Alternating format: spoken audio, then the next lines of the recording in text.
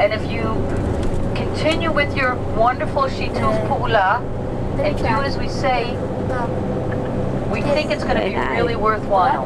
Say hi, I'm So we're taping going to you. ask you to Say, where are we? different kind of things. Normally the tour guides always say, well, look out And the what's window here, today's look out date? the window here. Well, in about 30 seconds, I'm going to say, don't look anywhere. Thursday? I'm going to ask you to close your eyes and pull the shades down. In fact, I think you can do that now. Pull the shades on both sides of the bus all the way down. Okay, Mommy. Okay, that. You want a drink of my water? Yeah. Okay, can everybody come on over here and have a seat, please?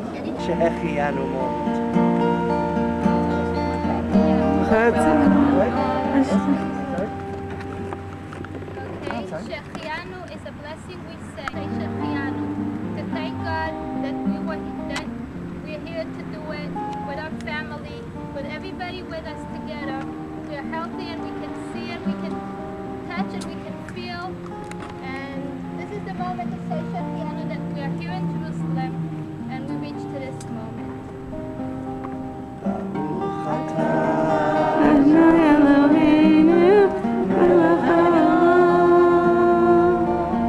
שהחיינו וקימה והגיענו לזמן הזה. ברוך אתה אדוני אלוהינו מלך העולם. שהחיינו וקימה והגיענו לזמן הזה.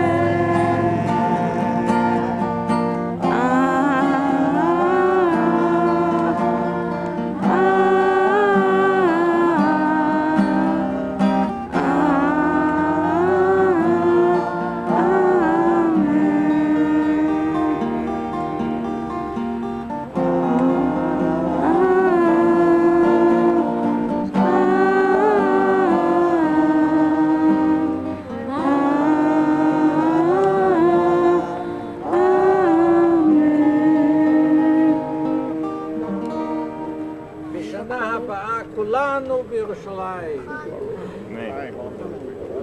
לחיים. We also have a very special Shechianu for Loni today. It's a big day for you today, huh? Your day? You want to say anything? Give the old speed.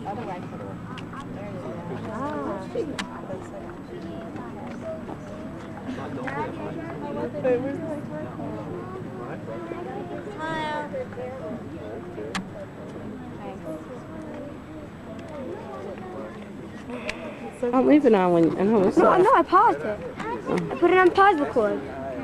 I was going to give it to you.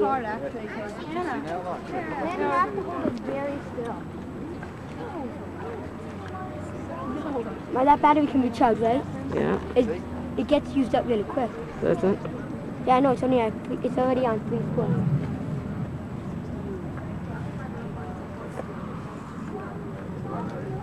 I can't spot the duplicate Liberty Bell that San Francisco or Philadelphia donated. Oh, it's in Liberty Park.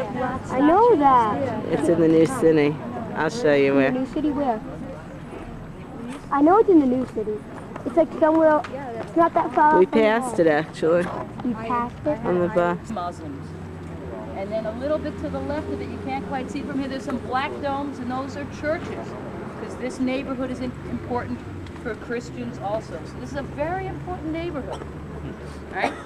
Now, find the gold dome again, and you can see a wall by the gold dome. That is not the Kotel. All right? Be very careful. We're going to borrow you for a minute. We're going to make believe that Jonathan is Mount Moriah, and on it is the Dome of the Rock today. And around it is a wall, and we'll be learning more about that. That wall is the Kotel. And around my arms are the walls of the old city. The walls of the old city are the walls you're looking at and seeing here. We can't see the Kotel from here. Kotel is a part of a wall that holds up Mount Moriah, and this afternoon we'll understand that. But do you understand the difference? Yes? No? Got it? Okay? So when we talk about the Kotel, and that's what I'll be calling it, the Kotel, that's the western retaining wall. The Kotel is very different than the walls of the old city. Everybody with me? Yeah. Okay. Thank you. You did a very good Mount Moriah impersonation. Jack.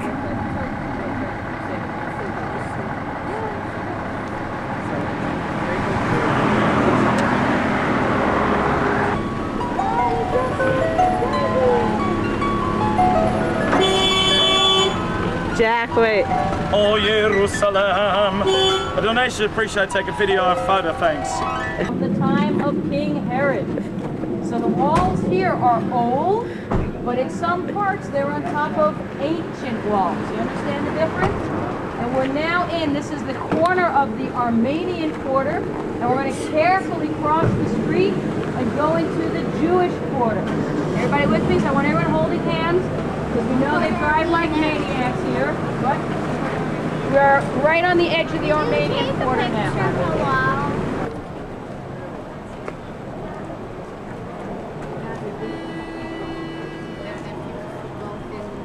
Physical appearance. 10 people. 10 people. Hold it. Okay.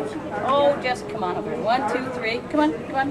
I was a bad guy. You can have many parts today. 1, 2, 3, 4, 5, 6, 7, 8, 9, 10. All the young people. All the young people are going to stand up. You're going to stand up. Guys, it's not going to work if you don't help me. Come here. Over here. All the young people. Over here and stand up. Okay? All the young people are going to come before King Rehoboam. All right? Okay? And what you're going to do, you're going to be the spokesman. You're going to say,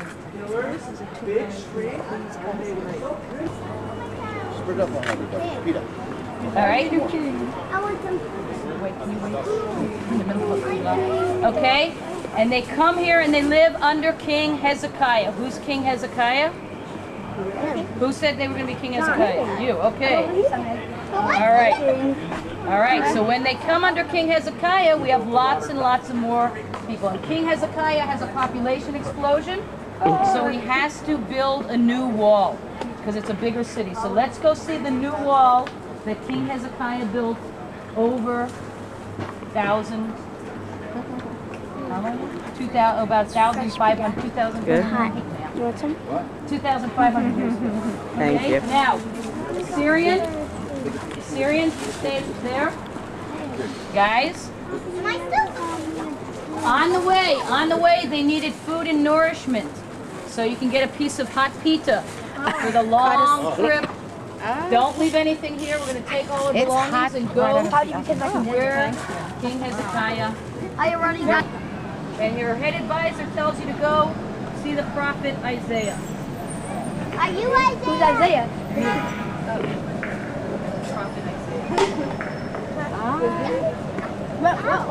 Prophet Assyrian. The only reason they did anything is because it was the will of God, our God. Go and pray and tell the people to pray. So tell them to do it. Okay, now a little time goes by. And the Assyrians come back, and my beard falls off. The Assyrians come back and says,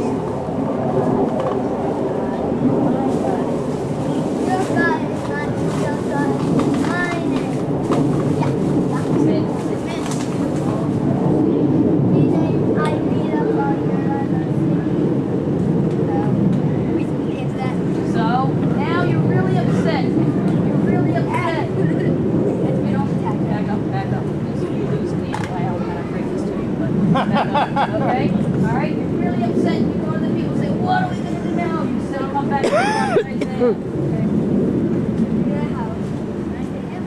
Okay? If you pray in earnest, God will hear you. And I promise nothing will happen to Jerusalem. So what does Hezekiah do with all the people? So pray in earnest. Make believe we're praying in earnest. Okay, and what happens? Isaiah stands on the wall.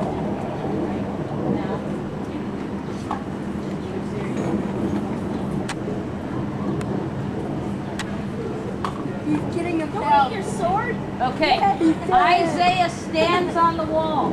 It says the following to the Jews and to the Assyrians. It says, we all know that our God, Hashem, is the true God. And the only reason that the Assyrians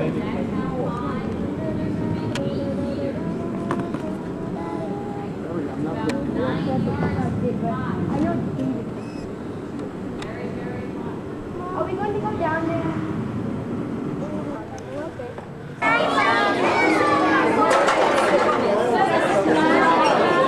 I don't know if we're getting sound or not.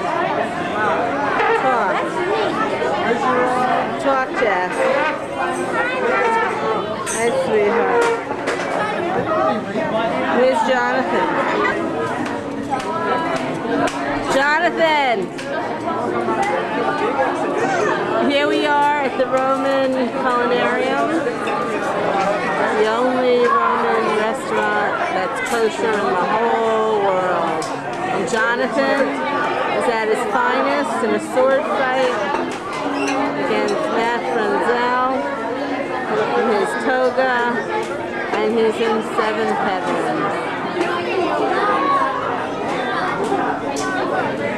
Eliza I can't find at the moment. I don't know where she went. There's Jonathan again.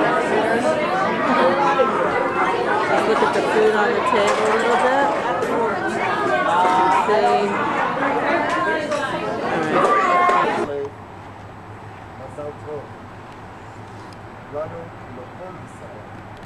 Let's see, I can't remember, but at 48 I was about 16.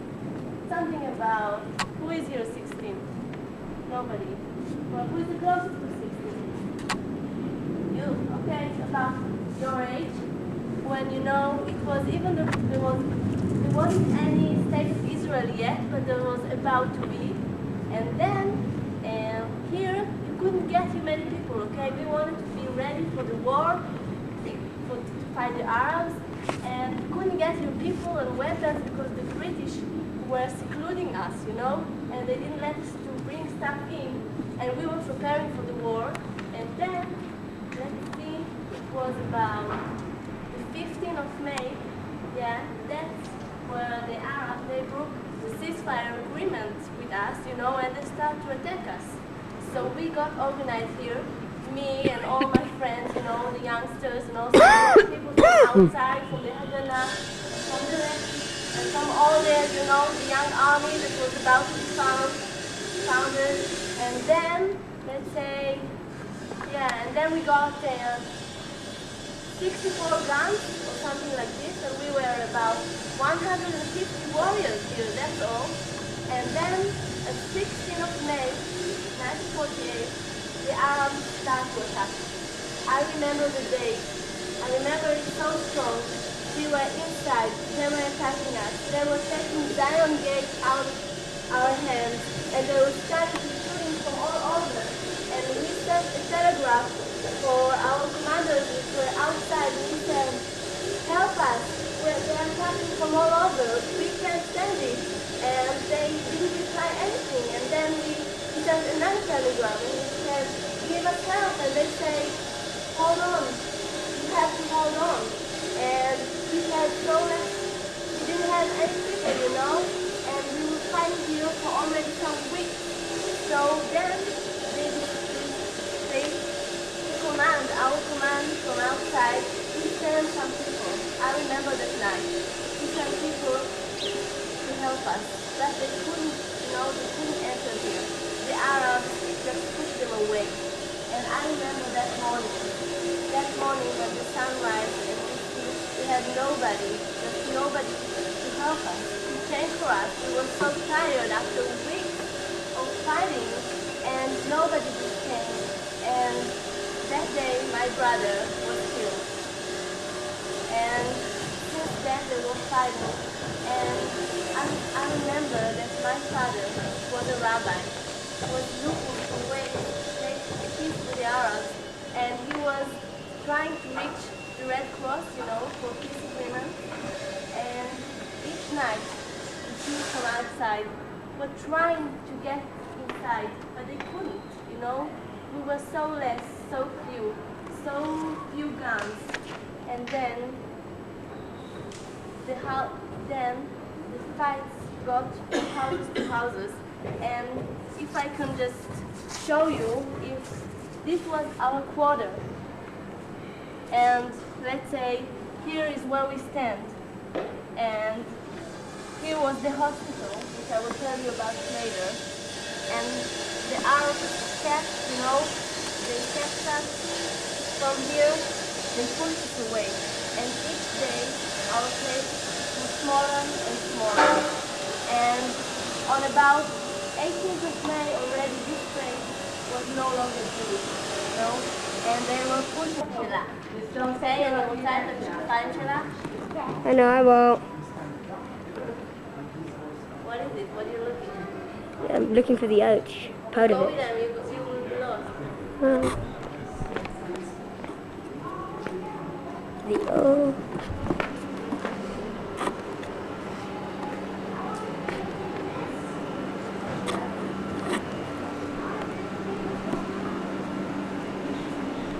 that was the old temple.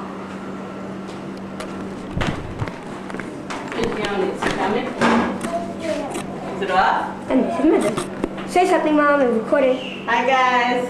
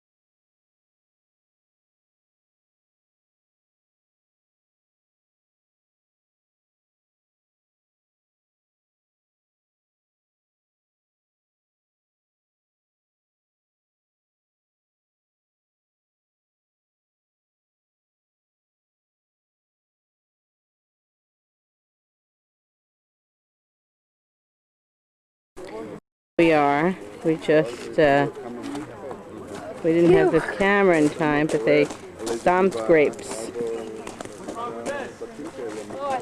Want to get in the picture? No, it's just it's a video. No, I hate the picture taken of me. That's what my kids are for.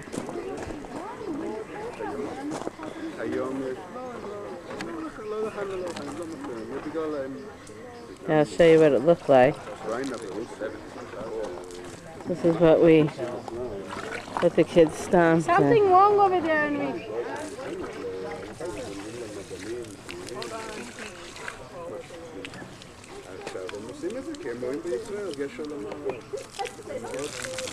Okay.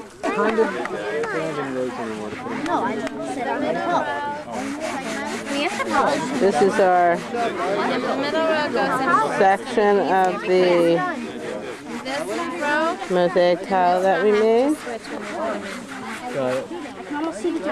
Jacqueline cleaning it. Come on, Jack.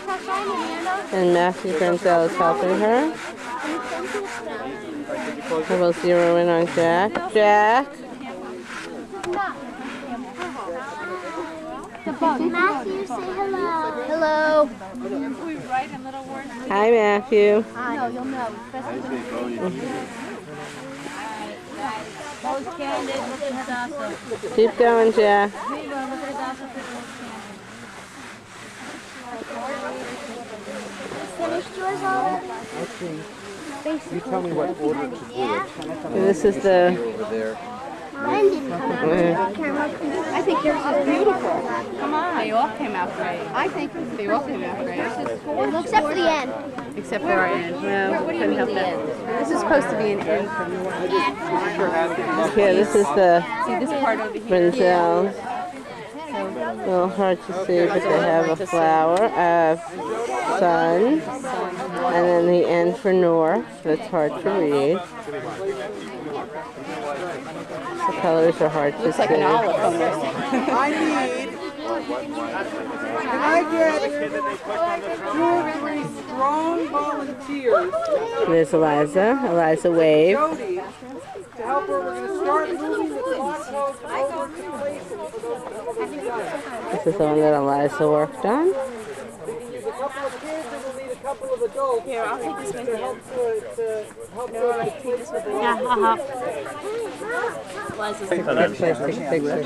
And the Parshat HaShavua talks about 2 major things this week. One is the Shema. One is the Shema, and one is the Ten Commandments. We talked about the 5th of the 10 Commandments, that one of honoring our parents, honoring our families. Notice, by the way, it doesn't say to love your parents. You know why? That we just take for granted. Nobody had to tell us that. But to honor them, we want to make sure that that happens. And it does say, though, so as to give you a long-lived life in your land. And here we did our land. Let's just take 1 minute on the Shema as well. What does the word Shema mean? Listen. Toda Rabba. Michael, are you a Sabra? Shabbat Shalom. Shabbat Shalom. Shabbat Shalom. Okay. Litro, Toda Juma. Everybody say thank you for Juma. We're in a very special place now. Say hi. You know, we talked about King Solomon, and Solomon built Tel Gezer. And one of the things that Solomon did also, so say some, was that he wrote what's called the Song of Solomon, and some people refer to, or Shir HaShirim, the Song of Songs. It's a beautiful love story. It takes place between 2 gazelles, and here we have the gazelles. And it's a love story between 2 gazelles that's an allegory of a love between Israel and God. Takes place under apple trees, and these are apple trees, and talks about the olives and the figs and the pomegranates and the roses, the chevatzelet and the lilies, and so on and so forth, all of which are surrounded right where we are right now. It talks about the birds that we hear. Hear them? Yeah. And the land of Israel. And out of this wonderfully beautiful and erotic love story comes as well a bride. And in this case, not necessarily a bride that will bring us a baby, but the bride of Shabbat. And in fact, there's a song that we sing as we bring in the Shabbat that comes from the Song of Songs, and that is Lecha Dodi. And over here, we have a spot, but we'll stay where we are now just because it's cooler. But right over here is a little covered area with a sign that says Lecha Dodi Likrat Shabbat. And there was a tradition. In the old days, we used to go out. In the old days, they used to get dressed up in white about this time of day, go out to the fields, and look to bring in the Sabbath bride so that we can get ready and enter the Shabbat. And we will not have a chance to do that. You'll go to Tel Aviv and look for the Sabbath bride and bring the Sabbath bride back with you. And then the bride traditionally wore a crown, and on that crown with a crown made of olives, myrtle, and roses. And we have since planted the myrtle over there, and the olive trees that are here and over there, and the myrtle over here as well. And with that, we will bring in Lecha Dodi. But just before I do that, I want to say thank you to all of you. Thank you for helping us. Thank you for leaving your legacy in Israel. We talked about a day ago, or a few days ago, that we have a collective memory and a collective responsibility to making sure that the memory of those people, that they didn't put their life on the line, and the creative Jewish community will remain here. I want to thank you folks for being part of that. I also have just two very special thanks, because today is our last day of work, and people who have tremendously left their legacy are Henry and Shana, people who have done a magnificent job this summer.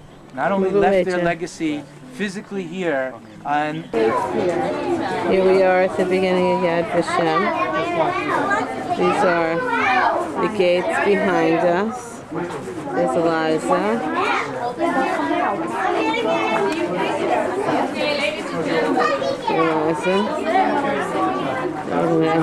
Okay, ladies and Okay, let's see where Jonathan is. Does anybody know where Jonathan is?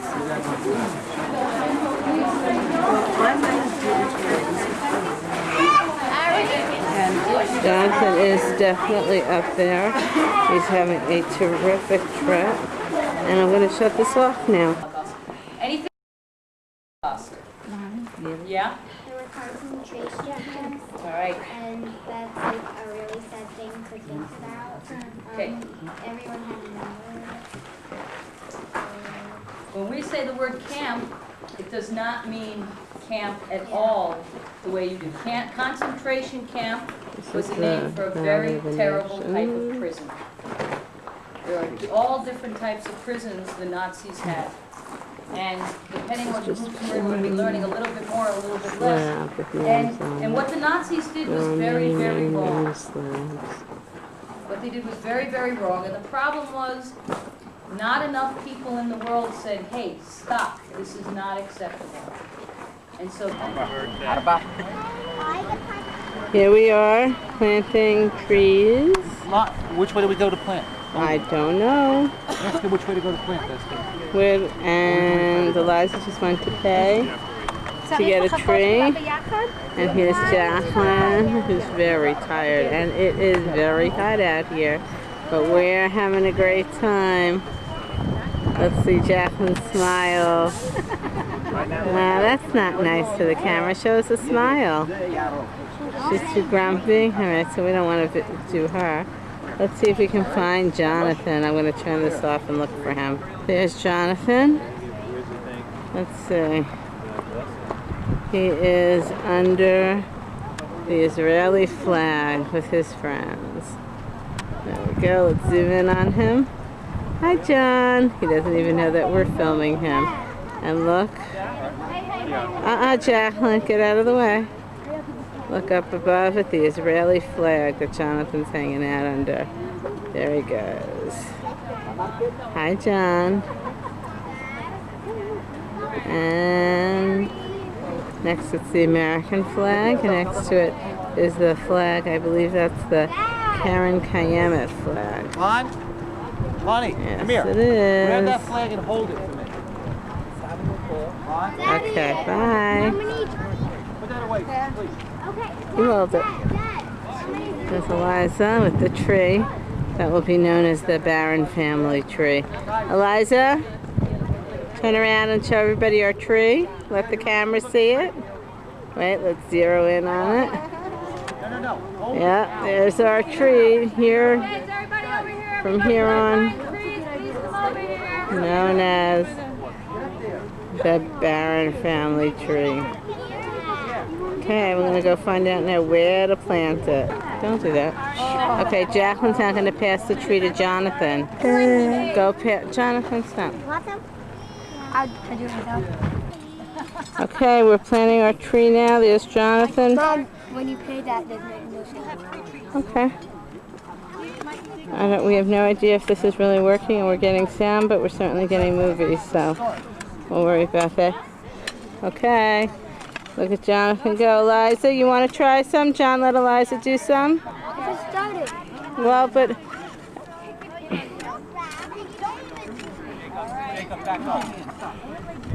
Okay, now let Eliza do some.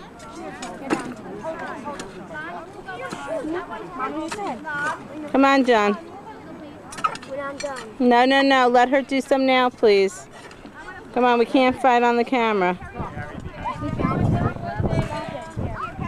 Give it to Jacqueline to hold. She has no hands. She does.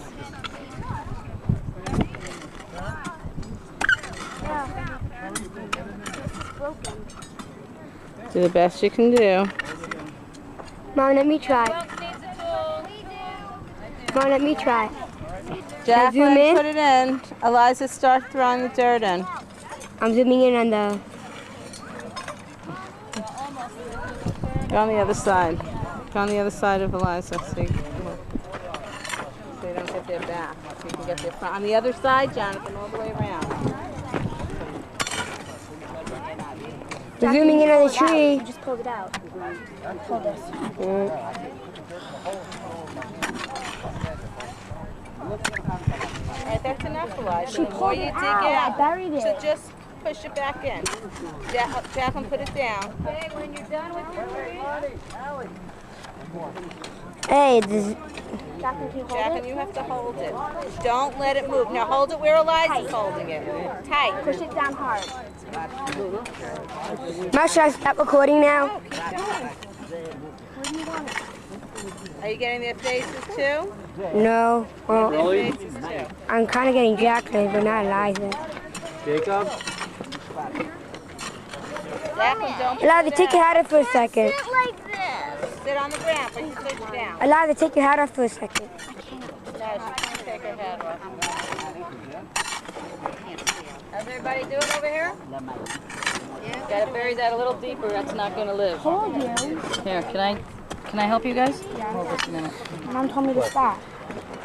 And we're zooming. Yeah. Okay, we just lost you. Wait. Okay, now take pictures of Morgie, John.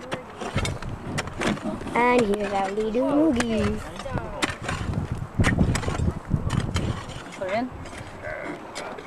Close up on Mom. No, take it out. And Let go, let go. These are three. Nope. Wait a minute. By the bus, there are some what they call porta-johns. Hold this up a minute there.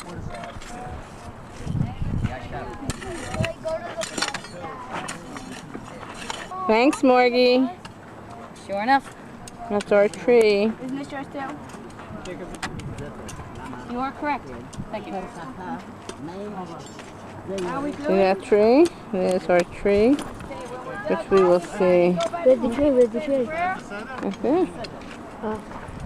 Okay, now we're going to go have a tekes.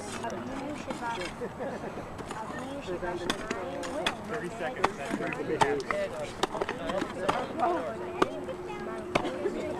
Make it on a train.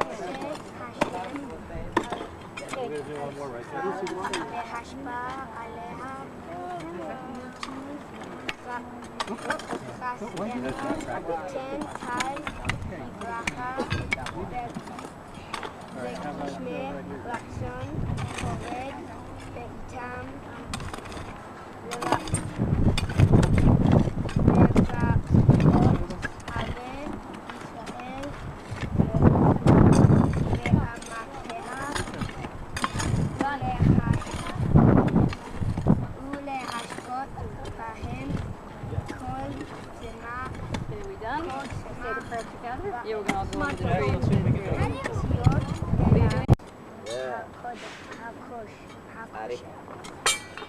Where is he wanting the shovels?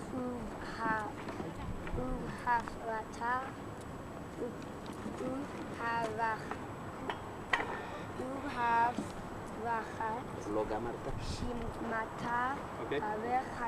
More? Great.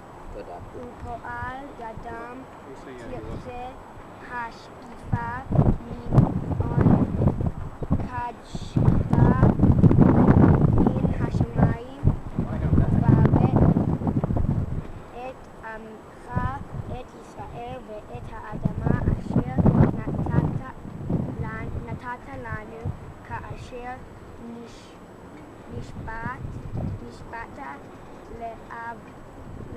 La'avotenu. Amen. Is this okay? We're at Masada. It doesn't make sound. Are you sure there's no sound? I think you're wrong. I think there is sound. No. When self-recording with the screen facing top, be sure to position the lens. Here we are. You can catch a little glimpse of Yam HaMelach. There we go.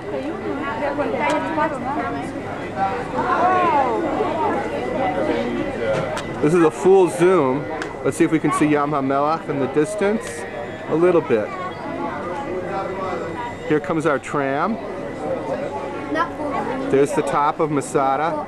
Here, let's full zoom it up. Oh, this thing is great. Look at that. Jonathan, this is amazing. Look at the detail. Now let's zoom back to get the whole mountain. Okay, now let's shut it off. How do you stop? Here we are in a 3D map of Israel. Kinda. Get the Dead Sea. No, we're waiting for the rest of our group. And I'm looking for the Dead Sea over here. And I'm zooming in. And that big blue bird you see right in front of you. That is the Dead Sea. We're gonna go visit the crocodile farm. What is that? Now, film it. Okay. Poor Roman soldier is standing here minding his own business. The Sikarim climb up the mountain and they pull out a knife. They're called Sikarim because of the very funny shaped huge knife. And they sneak up. Sneak up. They slit his throat. And in case that they would then break his back. Okay? We're going to do this again in slow motion for anyone that missed it. Okay? The Sikarim come up. I've got this on film. This is for the police. A lot of witnesses, Morton. They grab him by the braces. Smother him at the same time. And then they would fall on him and jump on him, but we're not going to do all that. Okay, good photo. Hey! Jacqueline, that wasn't appropriate. You could have heard him. Jacqueline, say you're sorry. Say it, Say you're Jacqueline. sorry. Say it now, Jack. He sprayed water on me. I would never waste water like that. Guys, if you brought your squirt guns, this would have been a good place to use them. She didn't mind it yesterday. But wait.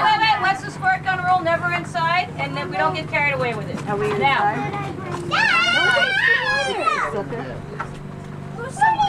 it's only water. It'll be done in about 8 seconds. Wait, Mom. Now, guys, you gotta hang in there. It's gonna take forever. All right, you gotta help me. Here we are The at the top of Sikarim Masada, making now our have sivuv Masada, of approximately the northern third.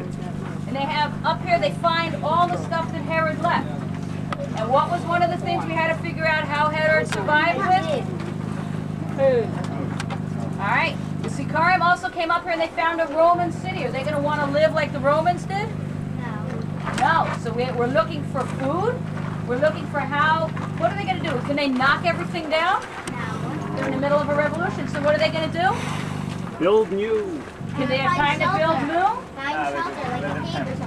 What else could you do? If I don't have, I'm in the middle of a war. I can live in a tent, but I've got all these buildings around. What might I do? Here's the Change them. I modify them. Look around the edge. That it was the outside wall. It was a double casemate wall. If you're looking for housing for 1,000 people and you have a double-walled structure, any ideas what you might do? Put a roof over it. Put a roof over the top, put partitions in, and you have housing. So the double wall, excuse me, became housing. They wouldn't use the palace. Why wouldn't they use the palace? Because that was Herod's. Too Roman. Yucks on the Romans. We want to live here as Jews. The whole reason we have the revolt is we want to live here as Jews. So we modify the walls, use that as our houses, which also means the walls are kept up because we don't want to, you know, our house to fall down. And we kind of ignore the main palaces because we don't want to live in anything. Now we're recording the bathhouse at Masada.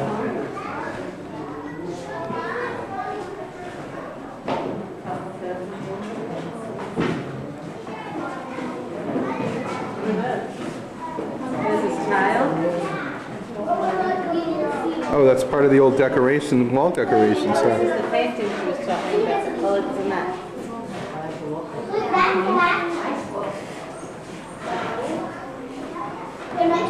We got to get this person to do our house. Yeah. Okay, now we're going to go into the next room. Now, you're an architect. You can appreciate all this work, right? Very much so. They filed plans with the antiquities authorities. Nice work. Before they even had drywall, the walls were smooth. Wow. This goes down into something. This is blocked off. That's that colored cement or something? That's fresco, which is plaster. Yeah, the plaster is called. What do they call it? They used to use it then? I guess they invented it then. What do they call it? The kinds of materials that we were using in the cement.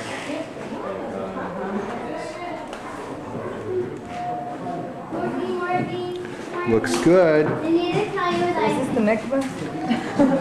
Oh, down there? Yeah, maybe.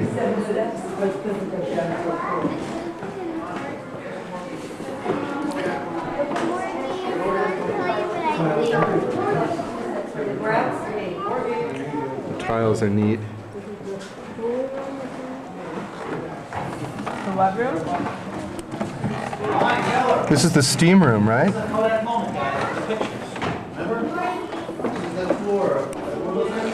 Here's the steam room. I told my son he was way ahead. Tell him what it is.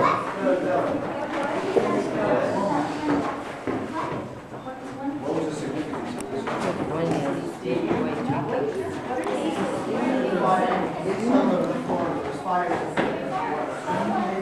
The steam room? Yeah. Oh, see, here's the floor, but this is reconstructed? Yeah. They thought it was big. It's been really hot. Oh, Lisa! Jack, It's been really hot. Oh, you're too late.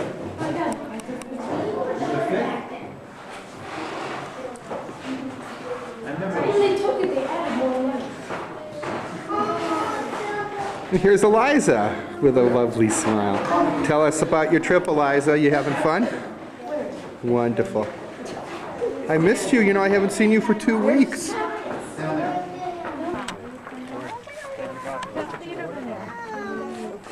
Then you got to put your hat on.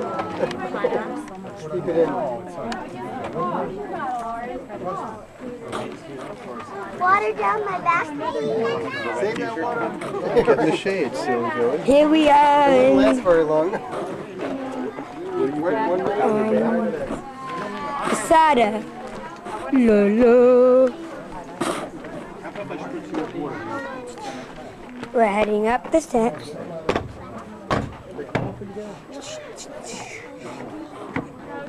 Mikvah number 1.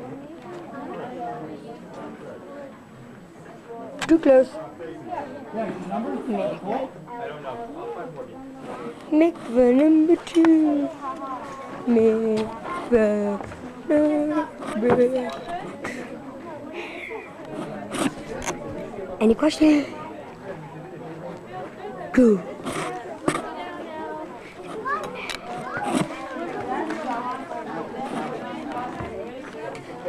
Zooming in on that guy.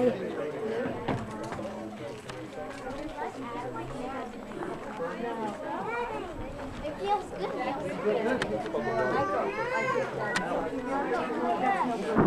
This is gorgeous. We're still on Masada.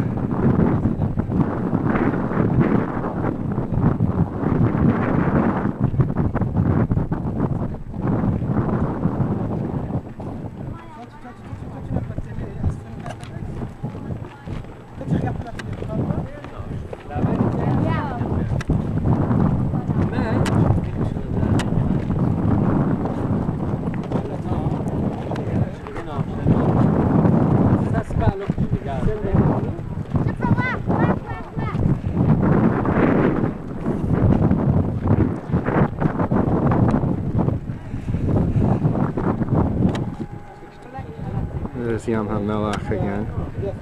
I'm not sure if you can really see it through the sun glare.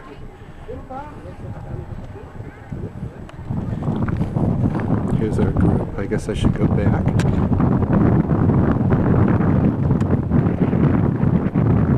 Okay, I at least wanted to get a couple of shots of the Dead Sea bathing area.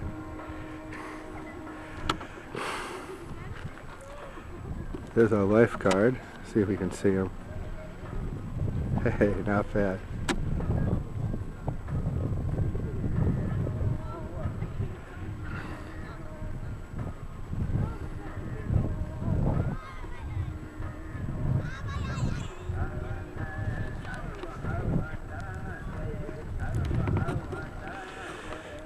There's the shower. Jonathan and I went in.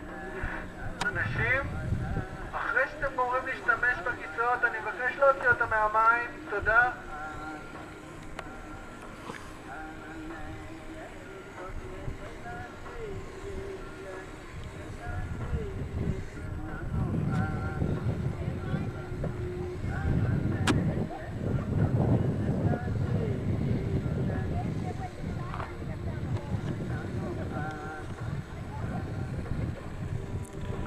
There's the mud bath area. Let's see if I can get a close-up of the mud. Here it is. There's the mud we went in.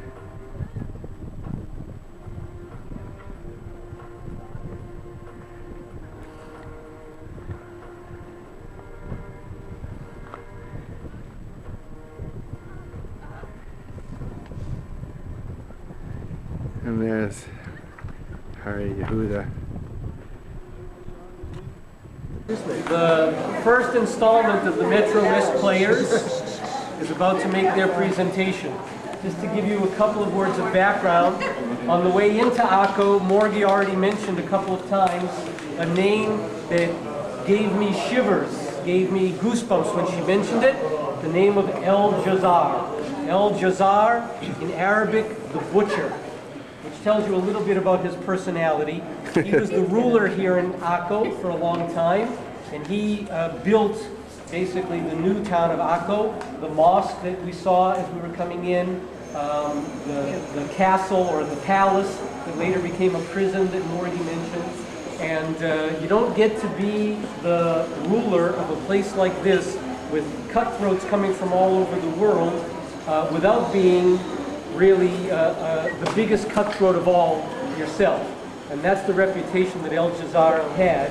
And I thought it would be nice to stop here in the shade with this nice sort of Muslim Arab archway in the background and hear a little story about El Jazar.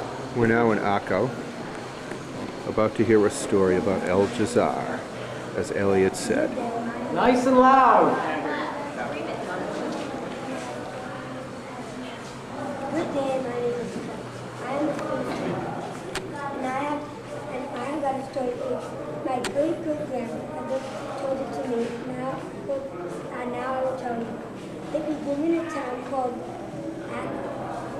Akko, sometimes called Akko. My name is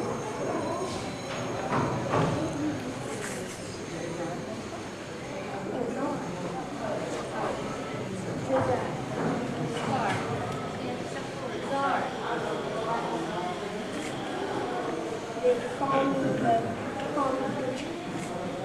But I just sort of think of myself as I have money. Let them tell me.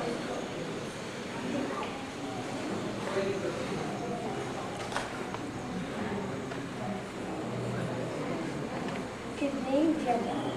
He was a private butcher.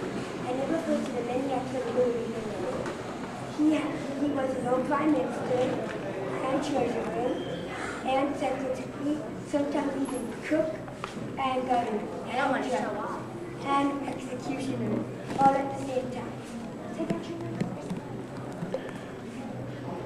They were nevertheless some people who accepted it and who have very positions.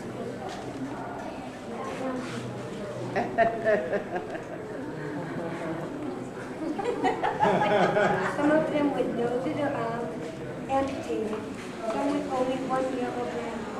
These monks, this is a Jedi carried on dividing the sign of their substructure in the mouth. We will let the group of these to a small in the upper part of the citadel. Looking out those reports, it is worth mentioning that such peas can be seen every day by the government street about the Jew Hayes Fowler, who served as Jesus' personal secretary, led us and asked us to wait in the court. He waits to announce us to Jesus' passion. This man had had a nose on 1 year pregnant and he blinded in one eye as punishment for one of the times he disobeyed. Once when Jesus suspected his wife as not being faithful to him, he sent his stepson back to them and carried out the sentence with his own hands. The inner part of the citadel is the harem, and only Jaja himself is allowed there. And really, he entered the harem. The entrance was 3 heavy doors, each of which he walked himself. To knock on the outer door, each entered the outer courtyard. Once Jaja had entered was a crime punishment by death. If one of his wives became ill, the doctor was allowed to come to the wall of the harem. The woman threw her arm out over the wall so he could take her. No one in Accra knew the number of his wives. According to the amount of people and approaches to them, the number was 15. Occasionally, he revived a slave girl as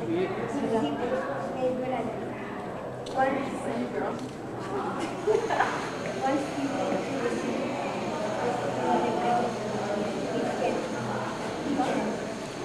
Wonderful job. Yofi.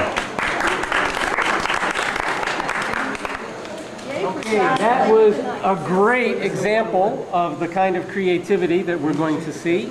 Let's grab our bags and we're going to head down into the crypt. Jonathan. Okay? What are you doing? Okay, we're now taking a look at a Crusader, the inside of the Crusader castle.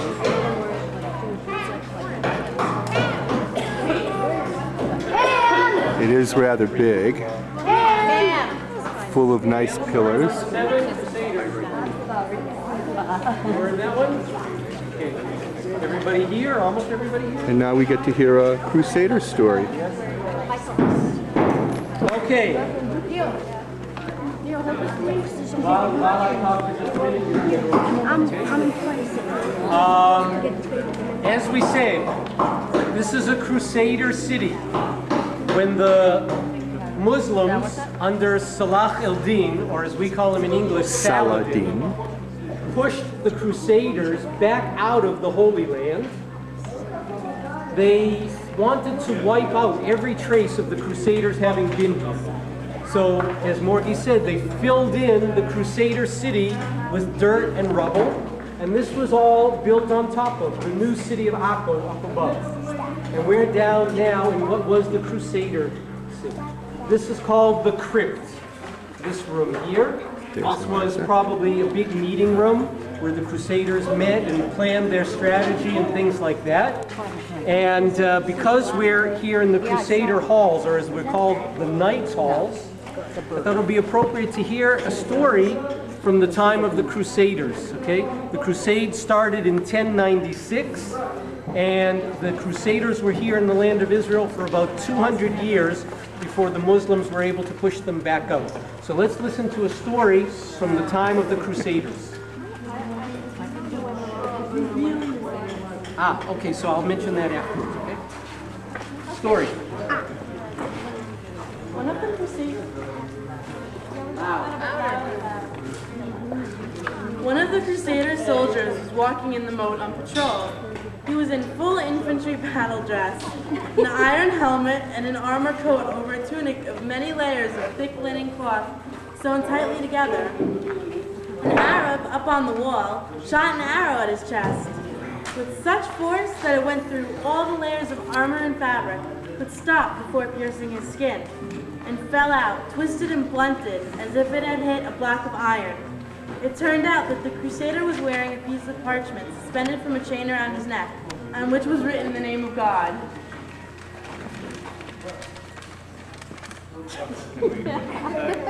God.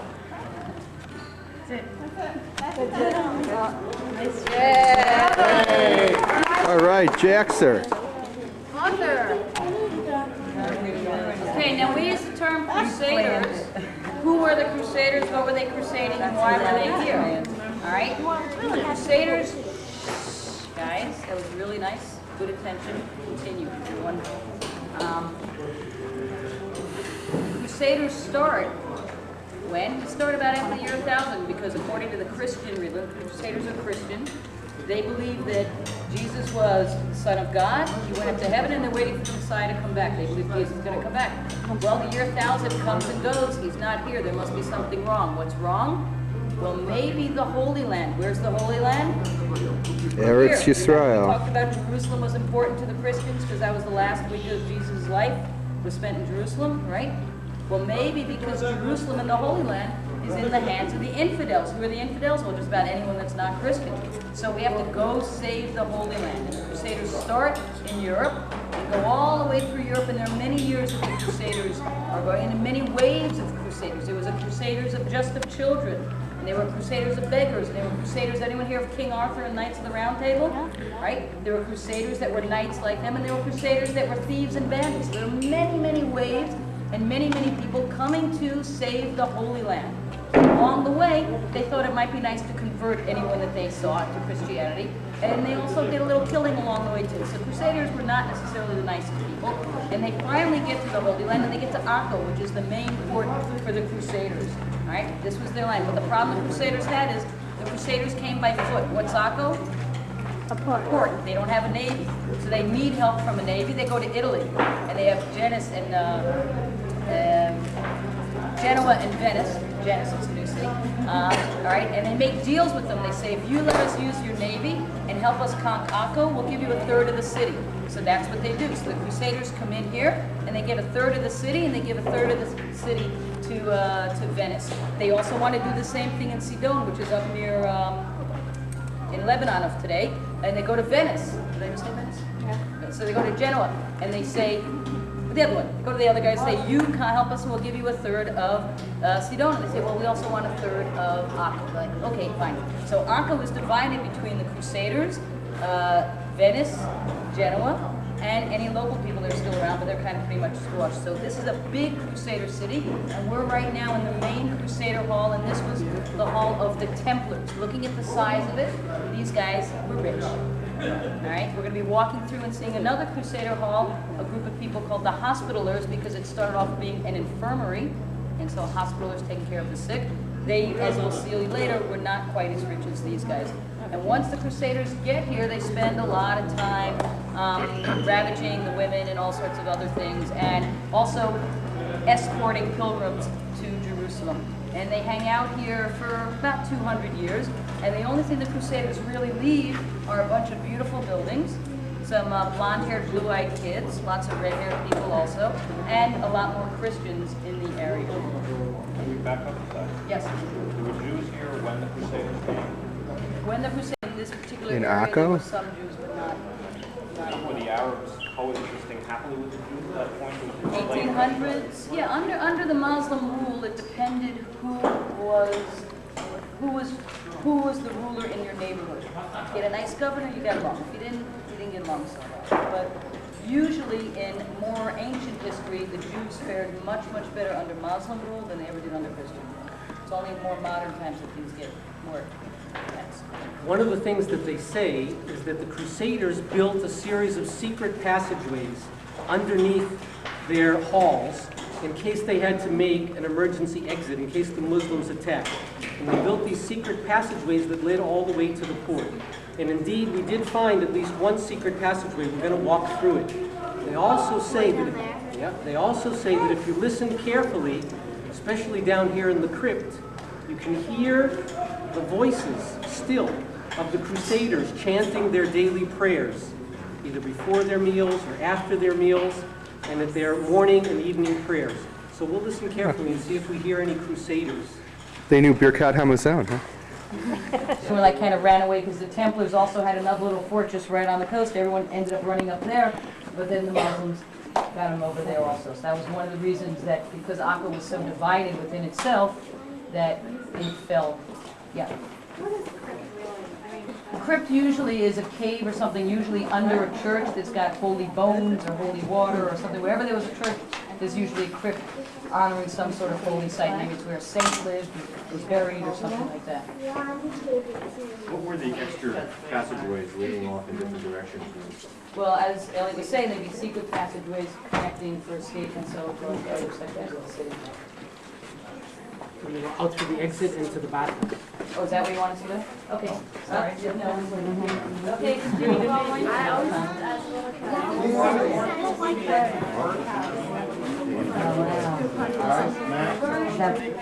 Okay, let's get a shot of the Brunsdell clan. Oh, I missed all the action. The first rule of photography is you get as close as you can to the subject and then take one step further. Is that right? Yeah. Everybody takes much too far back. Sheket b'vakasha. Okay, in here, in case you didn't notice, there's a wonderful echo. That means that everything you say is heard about 20 times. Okay? So in order to hear story number 3, you have to be real quiet. Now, obviously, when you came in here, you immediately noticed that this is not a bathhouse from the Roman period. This is a bathhouse of El-Jazar Pasha. The Muslim. Okay? The very same butcher. But maybe it was built on the same place as the Romans had their bathhouse, because we know that there was a Roman bathhouse in Akko. And there's a wonderful story from the Talmud about Rabbi Gamliel and the bathhouse. I'm going to turn it over, story number 3, Rabbi Gamliel and the bathhouse. La Brute. Nice and loud, because the echo to your favor.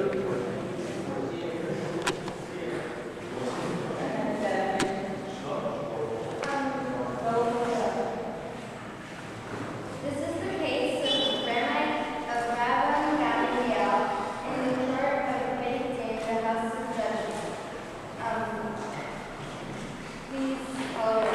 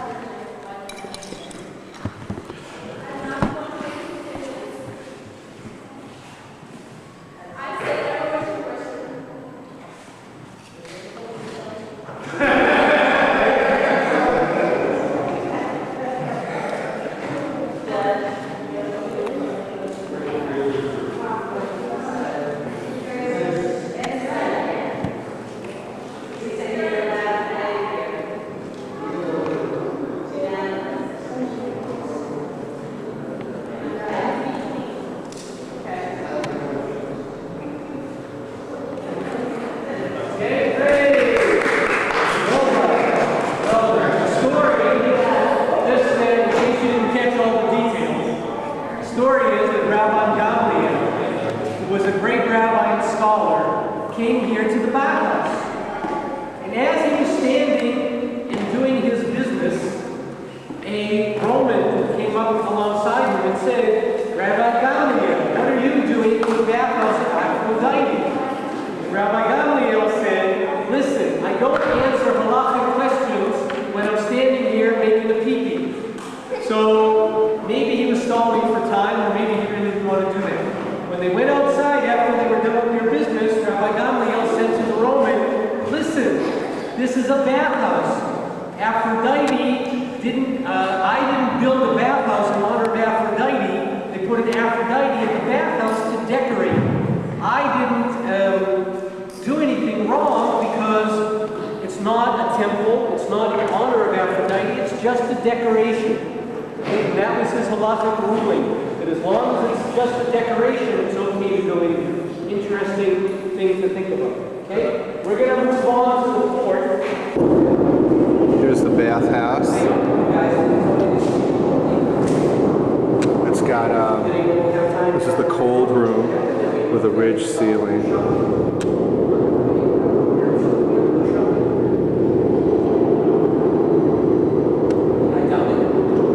Nice old mosaic floors.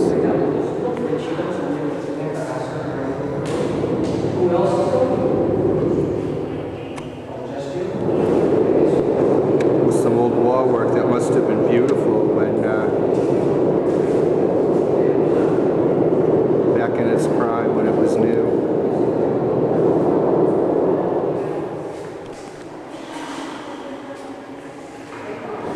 Okay, let's go into the next room.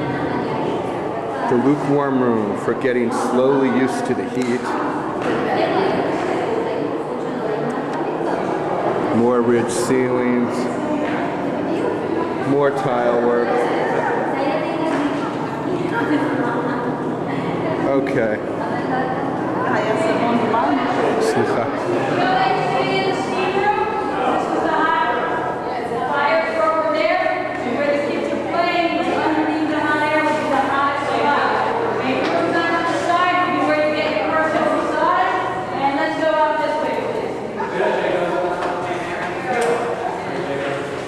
More ridge ceilings, more tile work in various motifs, nice old marble. Just, you know, for the kids to play.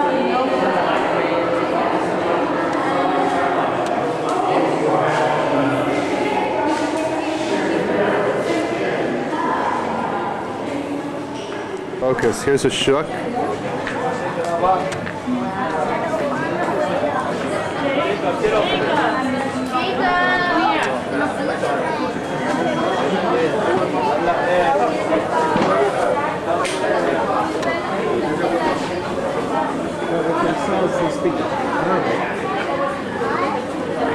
Can I get a bottle of rum?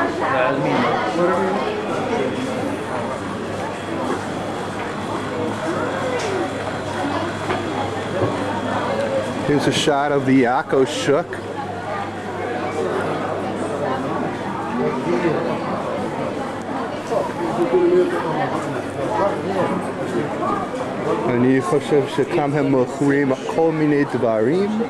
I think they sell many things here.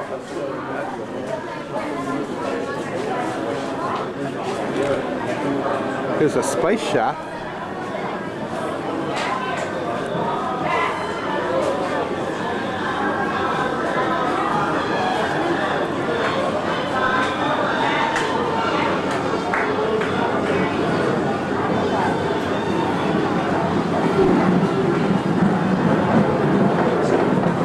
Turkish coffee and spices. Here we go.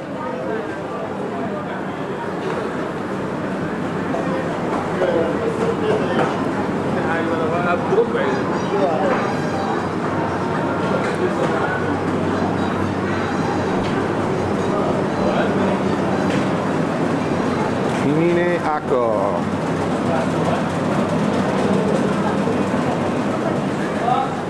Here's a barber shop. You get a haircut.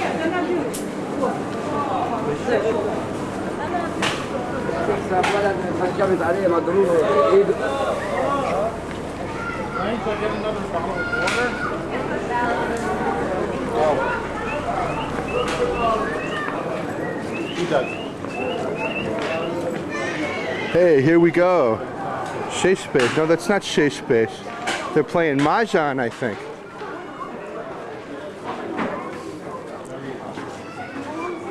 David Balev. Lirashut Ha'ir. I think that's for a mayoral election. Here's a lady beating the crap out of her kid. Hey, Novichok.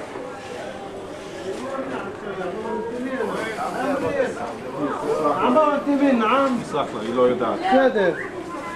אחר כך לא נקבל קצבה, מה? בסדר.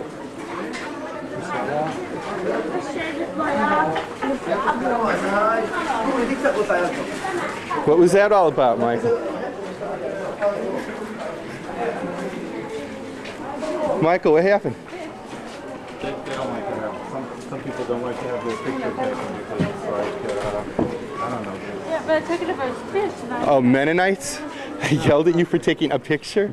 Goodness. Well, no, it's like, He doesn't want his picture taken. where's Matt? He's not asking. Yeah, we're towards the port. I mean, we're at the whatchamacallit. Look at the donkey, pair. Hey. Hey, jackass. Jackass. I never thought a jackass would be like that. She wants to know if you're Jewish. He's Christian. We already got that. Sorry. She's gone anywhere besides Israel. Nasa Krama Egypt.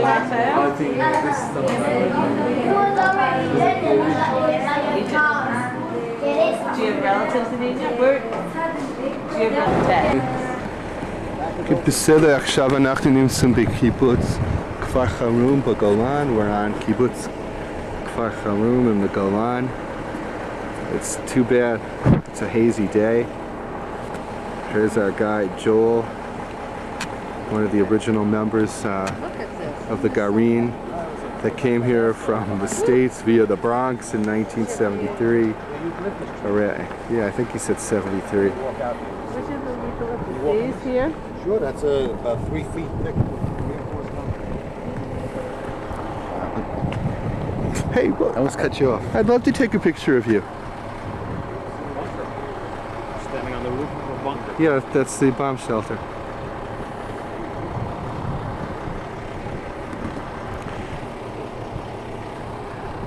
Here's a panorama of Yam Kinneret from the Golan. Take pictures too then, or just video? No, it's just video. Let's see if I can zoom. Not bad. Well, you're 100, huh? Your zoom is gonna. Yeah, I see what you mean about when you zoom full blast. You lose the steadiness of the camera. Go into the windows.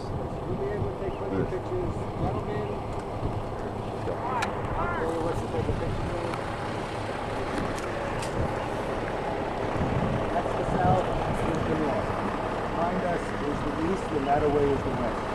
From here to Haifa, the Mediterranean is 50 miles straight. 50 miles. Okay? From here to the border with Jordan is 2 miles to the south. From here to the top of the Hermon in the north is 40 miles. The end of the Golan, the top highest place of Israel, that's 44 miles from here, the border of Israel, Syria. What you have from here is behind us, the border with Syria is 2 miles. It used to be down at the bottom of the lake.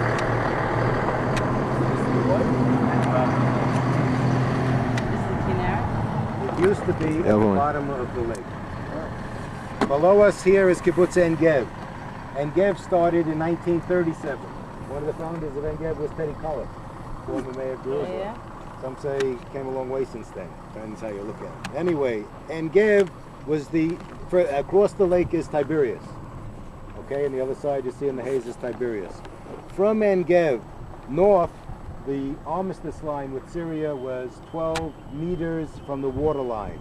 The Kinneret, the Sea of Galilee, was within Israel's border from 1949 at the conference in Rhodes with Ralph Bunche and 12 meters from the waterline and up was Syria. From 12 meters, including the lake, was Israel. Because after En Gev, there was nothing. 12 meters, 30 feet, you're not doing too much. En Gev was shelled every day from here. What was Kfar Haruf? Kfar Haruf means in English the village of the carob. Carob in the States uses chocolate substitute in health food, right? Well, carob's a natural food of Israel. It's always grown here. And Kfar Haruf, the kibbutz, is named after a town that was here 2,000 years ago called Kfar Haruf, same name. And it was written about in the Jerusalem Talmud as one of the 4 towns on the Golan Heights that was part of biblical Israel. It's the same place. We came back, we took that name back again from this spot. We know it's from here because it was written about the Susita from there, and this was Kfar Haruf on the hill overlooking the Susita. We know exactly, and found building the kibbutz stones from that town. They used to be here. Very simple. Now, the Syrian army camp that was here was called Kafar Harib. Means in Arabic the village of war. How did you get the village of war from the village of the Carib? In Hebrew, it's very simple because you get a lot of words from the same 3 root letters. The root letters for Carib are the same as the root letters for Cherev. What's a Cherev? The sword. You know the Hebrew song, Lo Yasagoy Goy Cherev? You'll have peace on earth when you turn your swords into plowshares. It's a common word in biblical usage. They used a lot of swords in those days. They were cutting people up. In any case, the reality is that when the Syrians came here, they took the sword meaning of the word. How do you get sword? You ever see a Carib?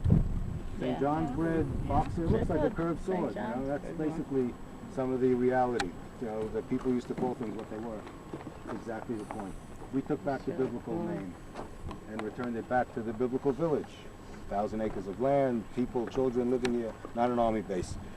The children in En Gev slept in bomb shelters for 19 years. They were shelled from here. One day in 1963, they counted 200 shells fell on En Gev from here. Now, I'm not objective about the politics. You can notice that, right? I'm not giving you ankle racing feasibility.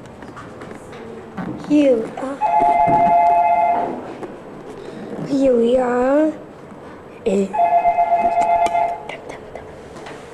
I don't know.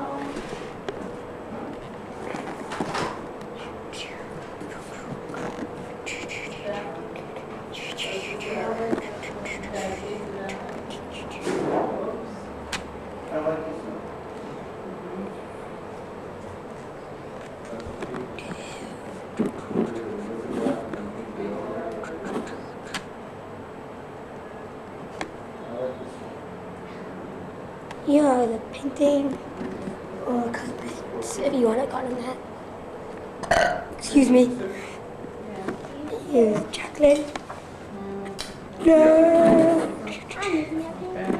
And here's my mother. What? And this is how it's supposed to. Are you doing a commentary too? What's that? This is the art studio of Kalman Shembi. It is? Yes, and then you can do close-up. You can use the zoom. I know. You can also use the distance. Shot. Dad, you can also use the distance. What do you call it? Store? Dad, you Studio, place for yourself. Gallery, thank you. Dad, you can also use the distance button. You see that? Your English is better Daddy. than mine. Dad, you can also use the distance button. What does that do? Distance. It makes I didn't even know what that button does. It doesn't change. It doesn't change this. It's called an art gallery. If you're at an art store, it's called an art gallery. Can I use the video camera now? Daddy, please. Oh, I got a close-up of the Zubi's face. Oh my goodness. You got an even better close-up. Hold still. No. Get back there. No. Wait. Oh, now it gets even closer. Yeah. Cool. Dad, can I take a picture? There's my Dad, can I Zubi. take a picture? Sure. What are you going to take a picture of? One of the paintings? A bunch of Jonathan, can I take one one picture with your camera? Okay, this is the beautiful art gallery of Kalman Shemi. Then I'll take a picture with Daddy's camera. And this is the painting that we're interested in, which I suspect we're going to end up purchasing. No, not today. We'll be back on Sunday. We'll be here for a week. See, Mark, I like what these two together. One sec. I'm busy. I'll be right back. Jonathan, you found a cool function. What? I didn't know about that. This is the painting that we most like as a whole entire structure. And Mr. Shemi sells them in sections, and we're considering buying the section. I think it would be the upper right-hand corner is the one that we're looking at to in fact purchase.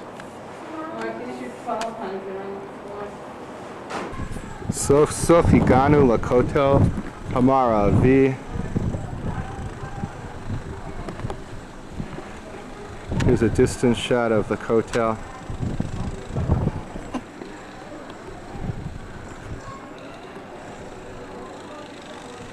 I'm visiting the Kotel with Jonathan. We're way up high. We're now going to go down below. Yeah. And then we have to go get the laundry. This said there. Okay, we're now approaching HaKotel HaMa'aravi, the Wailing Western Wall of Yerushalayim. Here we are, Daddy and Jonathan.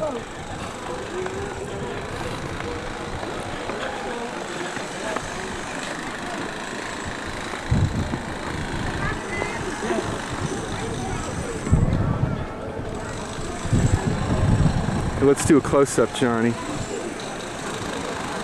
Look at the zoom, man.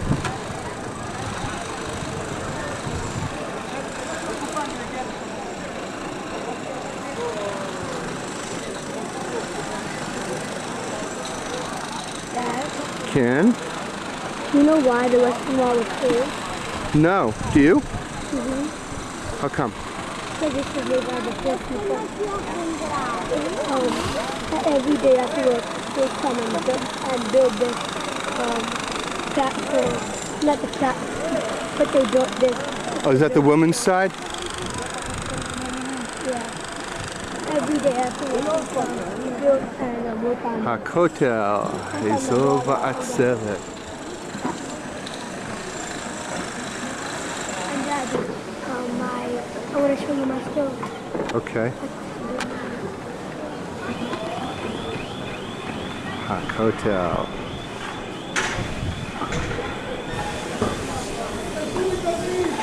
Now we're looking for Jonathan's stone.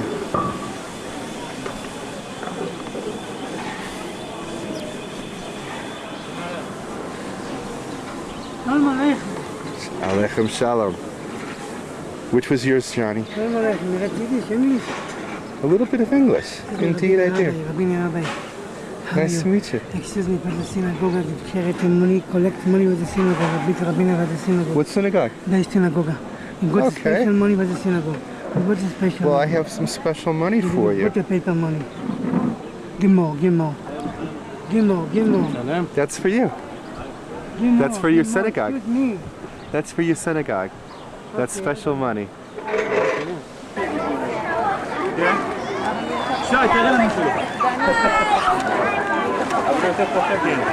There we go. There are my bathing beauties.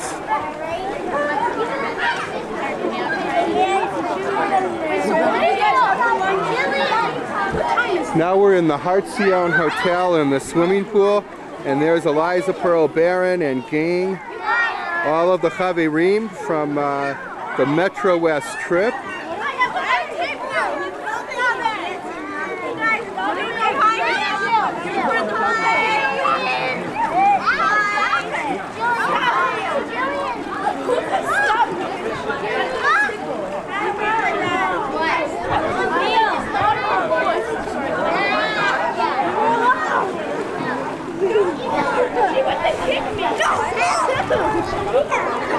Hey, here are the champs.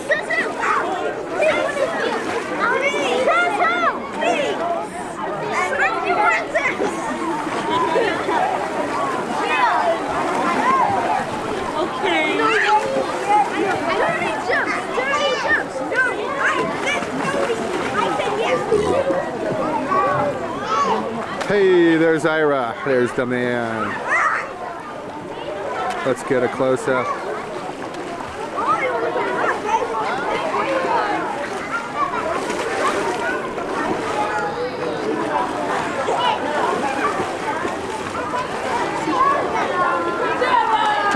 There's Mr. B.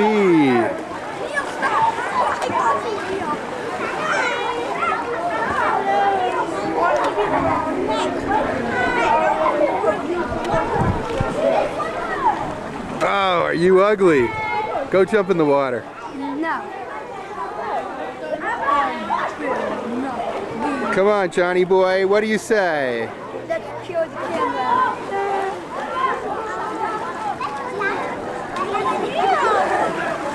Where's Jaxer?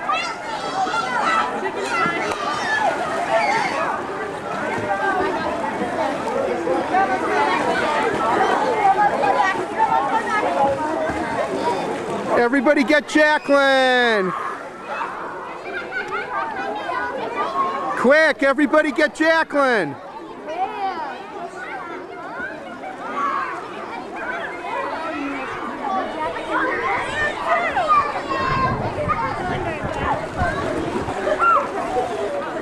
Where's our Jacqueline?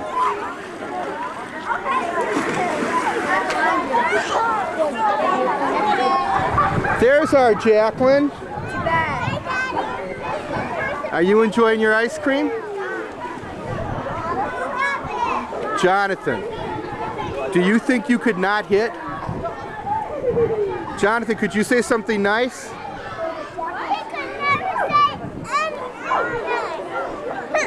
You said he was nice last night, true or false? True, but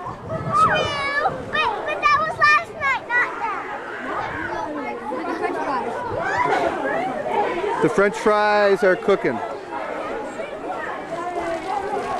There are the French fries. Is there ketchup too? All right, she's an expert. Right over at that table there.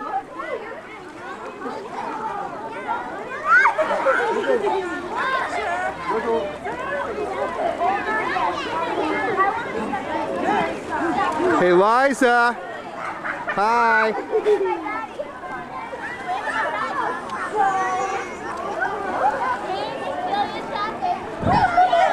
Are you guys having fun? Blow kisses.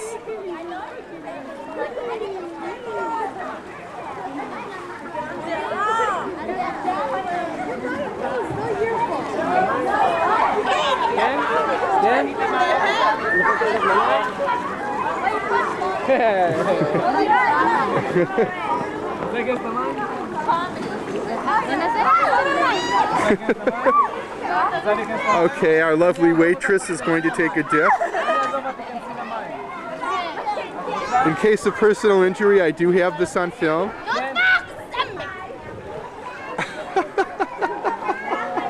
Yeah. No, they're mine, tell them.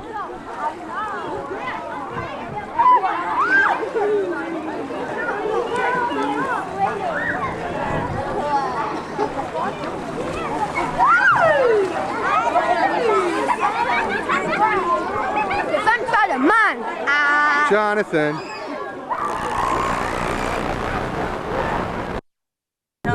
What? Bet is house. Bet. Govrin. Bet Govrin. And the name of the town is? Tel Marsha. Tel Marsha. Here we are in Tel Marsha. We just dug in the caves. We all got nice and dusty, bumped our heads on the walls, and had a great time. Mark, get him with stuff. Take all your belongings out of Yeah, there and put it over at the side of the cave.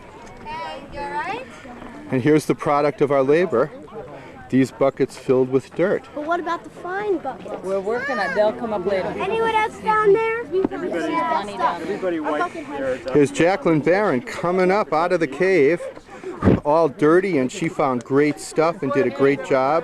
Everybody take a drink. Metro West, come on over here and wait so we don't have a traffic jam. Let the other group go through. Did ya? That fun? Bob, where's the water?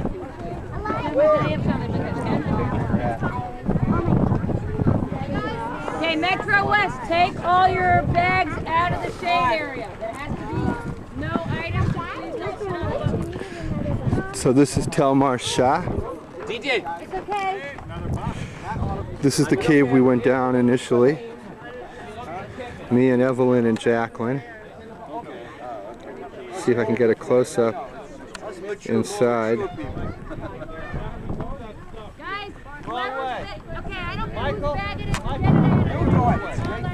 I'll take your picture too. You don't have to wait.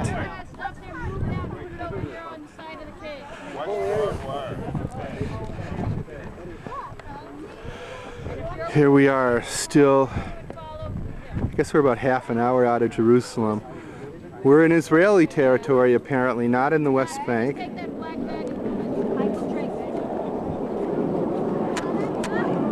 Metro West. There's some kind of Everybody take a drink. Take a large drink of water.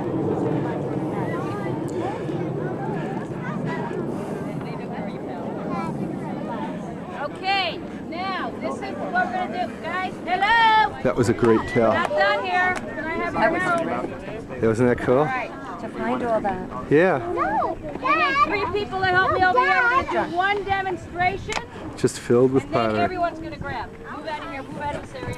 Now we're going to sift for buried treasure in Do you have the cap? the items that we dug. That's it. I already did. Morgie, alias Sharon Morgenstern, is going to show us sifting technique. What happens in the sifting is, Jacob, say excuse me, and Michael will gladly move. The bucket person dumps the entire bucket of dirt on the screen. Now this will be your fine bucket. And you go, whoa, whoa, whoa, wait, we just lost the fine bucket. Put it on the ground. Right, not under it, not under it, over where you are. We get rid of the big rocks. You sift, sift, sift, sift, sift. Then you stop, and then everybody helps look for pottery. That then goes in the fine bucket. Now, guys, we have about 8 screens. Let's get them all going. Now it's recording. Get close. Morgie, what do we do with the Ma, say hi. This That's a is fine. Hey, pottery. when we were I think everything else is just rocks. doing pottery stuff. We were pretending Okay, when you're done with to that, be get rid of the rocks archaeologists. and then we'll start. It was a lot of fun. Oh, wait. There's Jonathan. John, say hi. Excuse me, is this the UJA Metro? Metro West. And what hotel? Not UJA. Oh, it's not UJA. Okay, thank you. Mom, It say is hi. I guess it is UJA. Mommy, What do say I know? hi. And who's the leadership with you? It's the Federation of Metro West. Say hi, And who's the Mom. leadership with you? Ema, say hi. Hi, Daddy. Hi, Zuby. So everyone's having fun. Okay. Wait. Hi. A find. A find. This is the find bucket? Fine. A little piece of pottery. Wait, everyone's. There's a little piece of pottery here. Is this a piece of pottery, you think, Sean? Yes, it's brown, I can see. Say hi, Mommy. Hi, Jen. Hi. Here's another little find. Hey, John. That's not a find? It's white. You're right. Okay, let's dump this out. Today we have some rocks on the ground. And look, there are lots of rocks. Lots of archaeological in there. finds in there, right, Jack? Right, and there are lots of Why don't you stand in the middle, Jack? We'll have a better... Okay, where's the dirt? Here? And we're dumping Wait. That's okay, John. A couple left. Ready? Hold on, Johnny boy. box, that's pottery. Wait till he's holding. And we're having a lot of fun. You said to get rid of the big box. Okay. Wait, look at that big piece of pottery. That's probably one of my buckets. And I just this. kind of dumped it in. I didn't sift through it. I Well, did like 4 or 5 buckets that way. it's a lot of fun. Isn't this cool, Jack? John, say hi. Just throw the big rocks out? Oh, shush you. I know, I didn't really do that. Well, we're having a lot of fun. Isn't this cool, Jack? It's awesome, Daddy. Any finds in here? Here's a find. Look, John. We found lots of pottery. We found some bones. And This is a find, right? Yeah, this is a piece of pottery. just plain old rocks. And here are a lot of the finds, as you can see. Oh, cool. What's cool, Daddy? This is like a curve. This is a curved thing. I don't even know if this is a find. Daddy. Maybe it's just a neat piece of whatever. Yeah, it's like whitish. It's like part of And it's not white underneath. So, here's the pottery again. And there's Jonathan's fan on his hat. And we're having lots of fun. So, neat stuff. The last one? Right here. It's just totally awesome. Hey, say hi, Daddy. Hi, Zuby, Jackie. Hi. Hi, John. Jacqueline. What? Anything else in here? Yeah. Oh, yeah. There's a Sorry.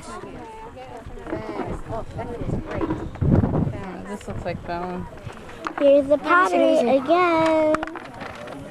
Bone! Although that time you didn't see it typically. Oh, Jonathan, come on, let's see the bone. Michael? Where's the bone? The bucket. Well, you can see the bone. It's right there next to a lot of pottery pieces right there. Hi, Mom. Okay, Neil, you want to come help Luck? Hi, Neil. Oh, this is a big. You can take it. No, nah. Don't touch the camera lens, Neil. We like your face. We want it on film. We think you're a And if you handsome put your guy. hand in, and we can't see you on film, Neil. I'm gonna walk you. Now you're gonna make mud. Okay. Shells in the fine bucket. Hi, Michael. All right. Daddy, how do I zoom it?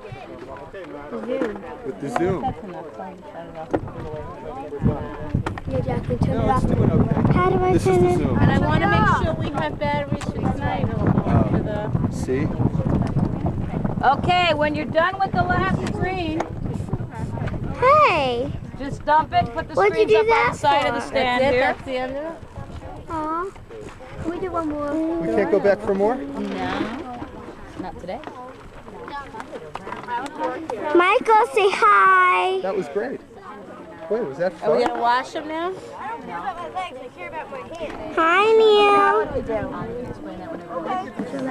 Okay, here we are at the Kibbutz Family Experience closing ceremony. We just did a whole bunch of Pinat Shoashim at Kibbutz Gezer in the Beit HaKnesset.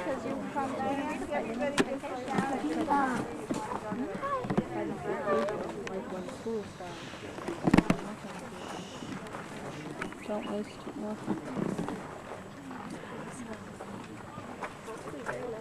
Here today to honor 3 of the children in the group who are children in the process of becoming adults.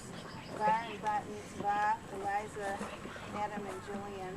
We decided that even though each one of them is celebrating this passage in their youth as part of their growing up to the States, and we'd like to do it here because this group, I'm sure, feels by now is a family together, and it's always nice to celebrate things as a family. We're going to start with a song, we'll end with a song. Hopefully each of you has the sheet that says at the top, Pinat Shoashim. We'll begin by singing the first paragraph of the Shema, the central prayer of the Jewish people, and has a lot of good lessons in it. One of the big ones here is education, that we're going to teach our children. So this will set our mood for us as we sing the English translation of the first paragraph of the Shema. Thou shalt love Love the Lord thy God with all of thy soul, with all thy soul, and with all of thy mind. And all these words which I command you on this day shall be in thy heart, shall be in thy heart. Teach them diligently unto thy children.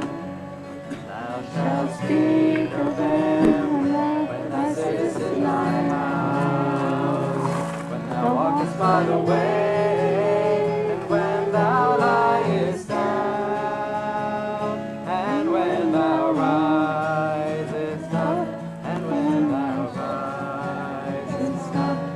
Thou shalt bind them for a sign upon thy hand, And they shall be frontlets between thine eyes.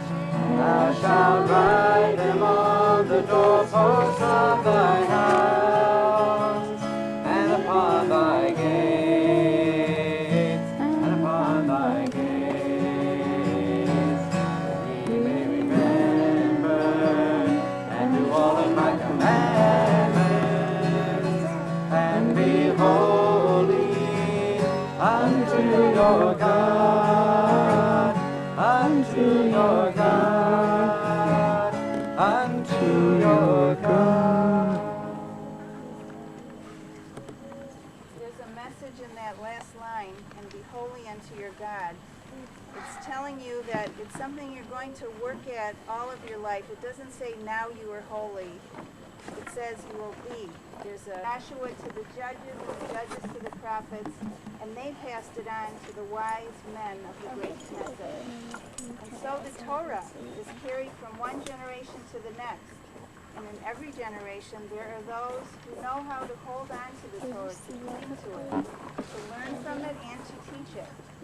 Today we are passing the Torah and all that that means, not just a scroll, but all of the significance that we think of when we talk about Jewish learning. We pass it on to a new generation, to Adam and Eliza and to Jillian. Let us pray that the weight of the Torah will be felt by you in terms of your relationship to Jewish tradition, to the people of Israel and the land of Israel, the language of our people and its culture, and your connection to the Torah and its teaching.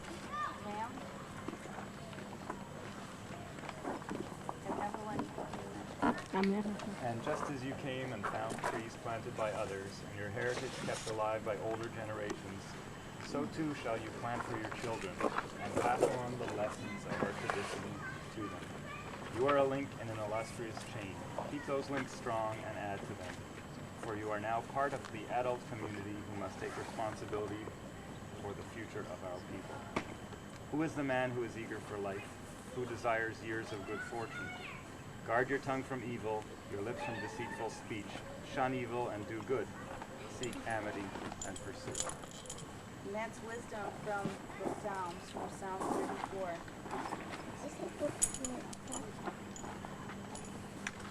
The work of creation. When God created the world, everything was a little incomplete.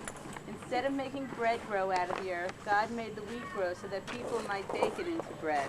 Instead of making the earth of bricks, God made it of clay so that humans might bake the clay into bricks. Why? So that every person could become God's partner in the task of completing the work of creation. The righteous shall flourish like the palm tree. As no part of the date palm is wasted, its dates being eaten, its young branch is used for ritual blessing, its fronds for covering a hut, sukkah, its fibers for ropes, its leaves for seeds, its plain trunks for roof rafters. So are there none worthless in Israel. Some are versed in Bible, others know Mishnah, some are masters of Agadah, others do good deeds, still others promote social equity.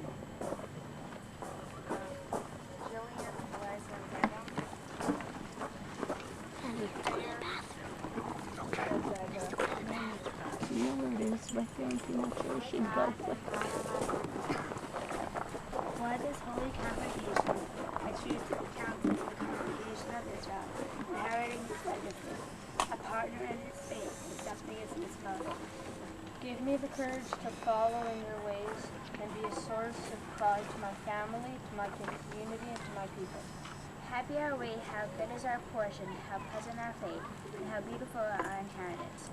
Happy are we to profess unity your name and say, Hear, O Israel, the Lord is our God, the Lord is one. Each one of our B'nai Mitzvah has prepared a short speech, reflection of their time in Israel and how that relates to their B'nai Bar and Bat Mitzvah. My experience in Israel has helped me a lot to realize how lucky I am to have such a great family and such great friends to share this experience with me. When I visited the hotel, it made me think of my friend Adam, who has cancer.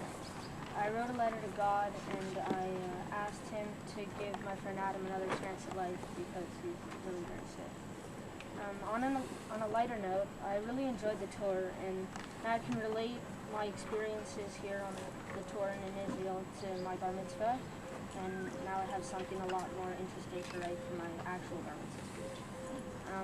I also saw where David killed Goliath, and I thought that was pretty interesting because I learned about that in school, and now I could put a picture to my thoughts, so I thought that was great. I'd really like to thank Tali and Anat for really understanding us and everything, and Morgie for being really funny, really great to hang out with, and my parents for taking me to Israel because that was really great. So it's like the best present that I'm ever going to get.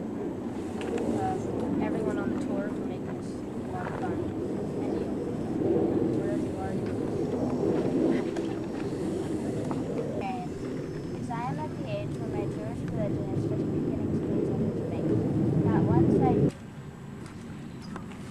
My trip to Israel, I was helped with a lot of decisions as options. It opened up to me when I became a bat mitzvah.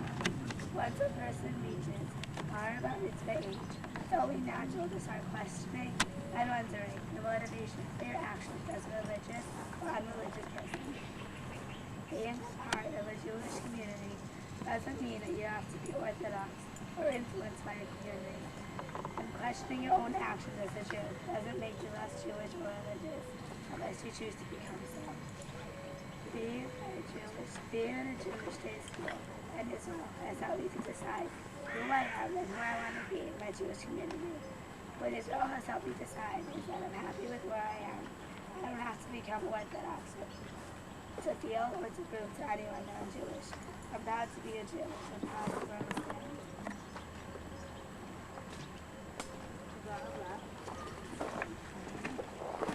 I'd like to invite the men in the room to offer some blessings for the Baron Zep. May your gaze be straight and sure, your eyes be lit with Torah's lamp, your face aglow with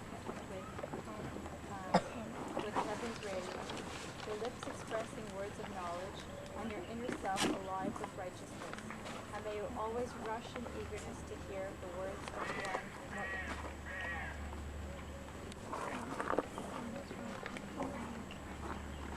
May your eyes sparkle with the light of Torah, and your ears hear the music of its words.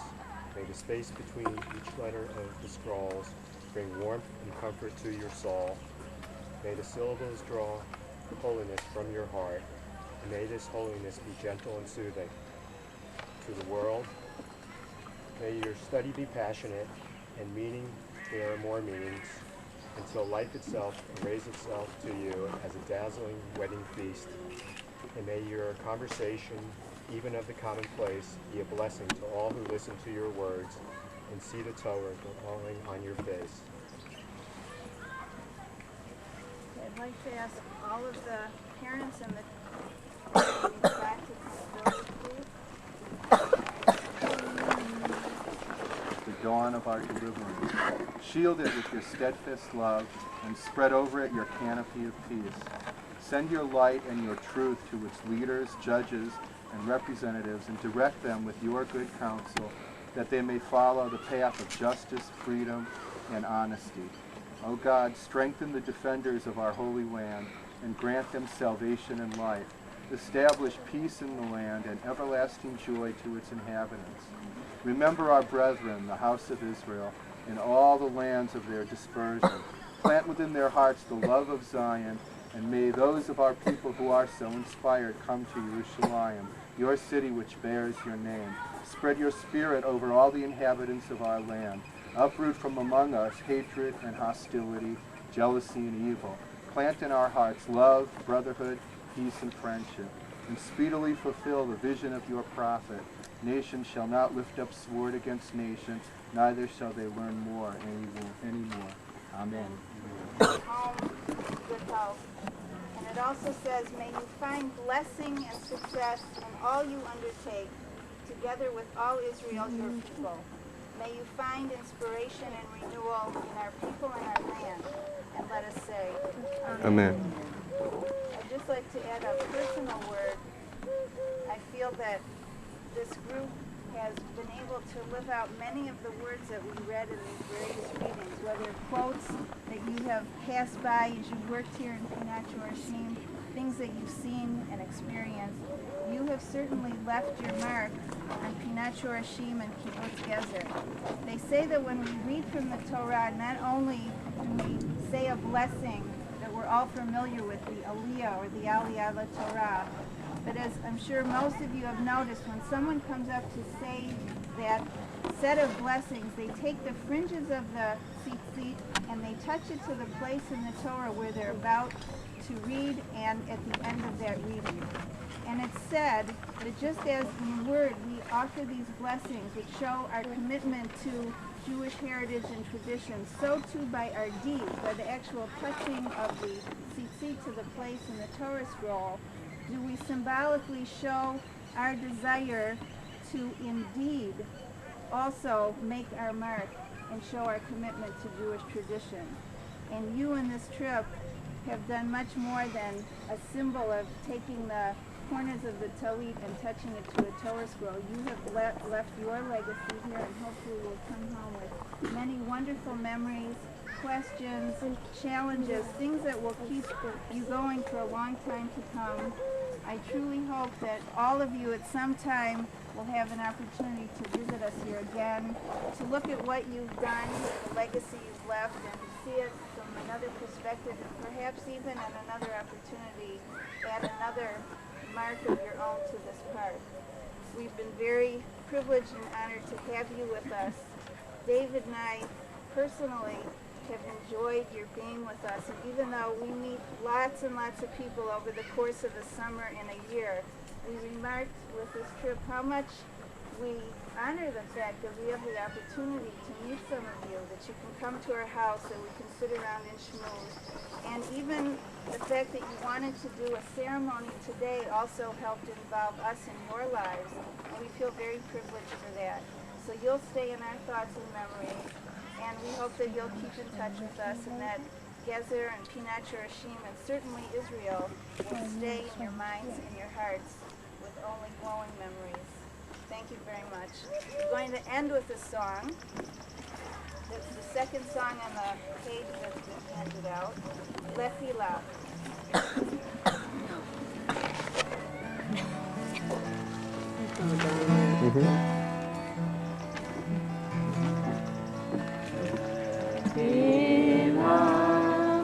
To a land that I will show you. Lech Lecha, to a place you do not know. Lefilah, on your journey I will bless you, and you shall be a blessing, and you shall be a blessing. You shall be a blessing, Lechilah. Lechilah, and I shall make your name great. Lech Lecha. people shall praise your name. We walk to the place that I will show you. L'simchat Chachmon, l'simchat Chaim, l'simchat Chaim, Mechila. You shall be a blessing, and you shall be a blessing, and you shall be a blessing, Lechilach. Mazal tov. Mazal tov. Thank you very much. What did you say? Simon tov. Mazel Tov, Mazel Tov, Simon Tov, Mazel Tov, Mazel Tov, Simon Tov, Simon Tov, Mazel Tov, Mazel Tov, Simon Tov, Yehelanu, Yehelanu, Yehelanu, Uvechol Yisrael, Yehelanu, Yehelanu, Uvechol Yisrael, Yehelanu, Yehelanu, Uvechol Yisrael, Yehelanu, Yehelanu, Uvechol Yisrael. It's really fun. I think it's fun. Mazel